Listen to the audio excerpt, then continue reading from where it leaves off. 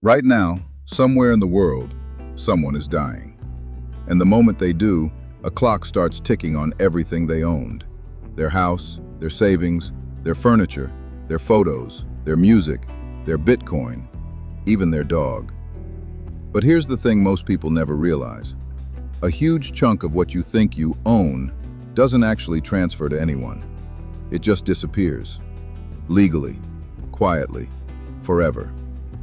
This video is about what actually happens to your stuff after you die, and some of it is genuinely strange.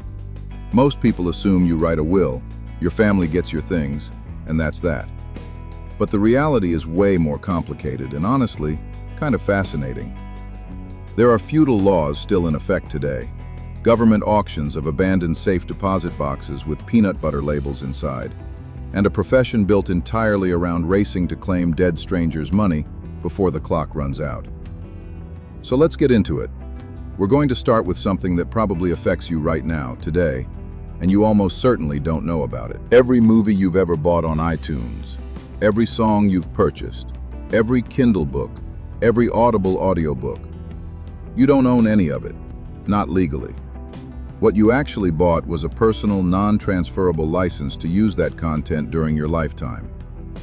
Apple and Amazon are very clear about this in their terms of service, buried somewhere most people never read. When you die, that license expires with you. So if you've spent 30 years building a digital library, 10,000 songs, hundreds of books, a whole movie collection, your kids get none of it. Not one file. Someone could genuinely own more digital content than a small public library and legally leave their heirs absolutely nothing. Think about what that means. Physical books, physical CDs, physical DVDs, those transfer just fine. You can leave them to whoever you want. But the digital versions of those same exact things, gone the moment you are. That's already a little unsettling, but the crypto situation takes it even further. Roughly 15 to 18% of all Bitcoin in existence, somewhere between 3 and 3.5 million coins, is considered permanently lost. Not stolen, not spent, just gone. Sealed in wallets nobody can open because the private keys died with their owners. The most dramatic example of this happened in 2018, when the CEO of a Canadian crypto exchange called QuadrigaCX, a man named Gerald Cotton, died unexpectedly while traveling in India. He was the only person with access to the private keys for the company's wallets. Inside those wallets, approximately $200 million in customer funds. No court, no bank, no government agency could do anything about it. The money just sat there, completely inaccessible, and it still does. Once that key is gone, it's gone. There's no forgot my password button for the blockchain. So between your iTunes library and your Bitcoin wallet, a significant portion of your digital wealth can vanish into nothing the moment you stop breathing. But at least with physical stuff, you're fine, right? Well, sort of. Here's something that will genuinely surprise a lot of people. That beautiful antique dining table your grandmother left you, the mahogany sideboard, the ornate armoire. It might be worth almost nothing today. Antique dealers have a term for this category of furniture, brown pieces. And brown pieces have basically collapsed in value over the last 2 decades. On PBS's Antiques Roadshow, they've actually had to go back and add updated appraisals to old episodes because the prices dropped so dramatically. More surprising, charities like the Salvation Army and Goodwill frequently refuse to accept this furniture as donations. Nobody wants it. Meanwhile, dealers say their customers are more excited by a set of Arby's promotional glasses with cartoon characters on them than they are by a genuine 19th century sideboard. The things we thought were valuable heirlooms turned out to be things the next generation just doesn't want in their homes. So your digital stuff disappears, your crypto might be locked forever, and your antiques might be nearly worthless. But what about your actual financial accounts, your savings, your physical property? What happens to all of that if nobody claims it? This is where it gets genuinely weird. And the answer involves a dormancy period. When a person dies, their accounts don't immediately go anywhere, but they go quiet. No transactions, no activity, no contact. And once that silence hits a certain legal threshold, typically somewhere between 3 and 5 years depending on the state, the clock runs out and the state steps in. This process is called escheatment, and it's happening constantly at massive scale. Pennsylvania's Treasury alone is currently sitting on more than $5 billion in unclaimed property, owed to more than 1 in 10 Pennsylvanians.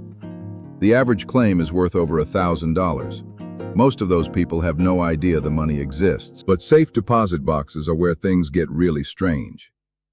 After about 5 years of no contact, states seize the boxes and auction the contents. Montana's Unclaimed Property Office has cataloged some genuinely bizarre finds. One box contained nothing but an ordinary Skippy peanut butter label. Another had handwritten directions to find an object buried in someone's backyard. No context, no explanation, just directions to a thing that may or may not still be there. And here's the twist. The state doesn't actually keep the money from these auctions.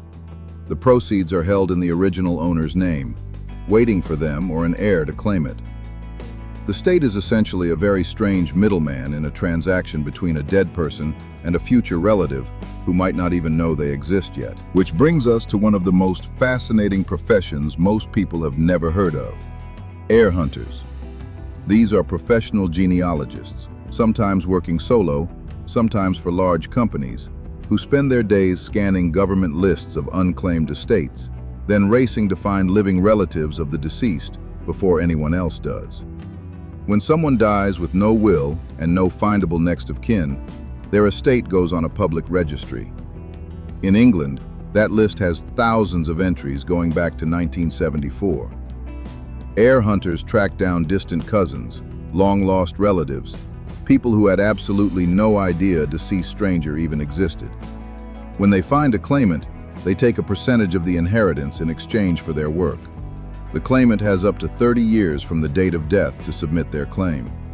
It's a real industry, and it exists entirely because people die without making plans. And if there are no relatives at all, not one findable heir anywhere, in England, everything goes to the crown. Literally, the king. This doctrine is called Bona vacantia, and it's a leftover from feudal law, based on the idea that all land ultimately belongs to the monarch. There are approximately 6,000 unclaimed estates on the current Bona vacantia list, updated daily. It sounds medieval because it is medieval. It just never got repealed.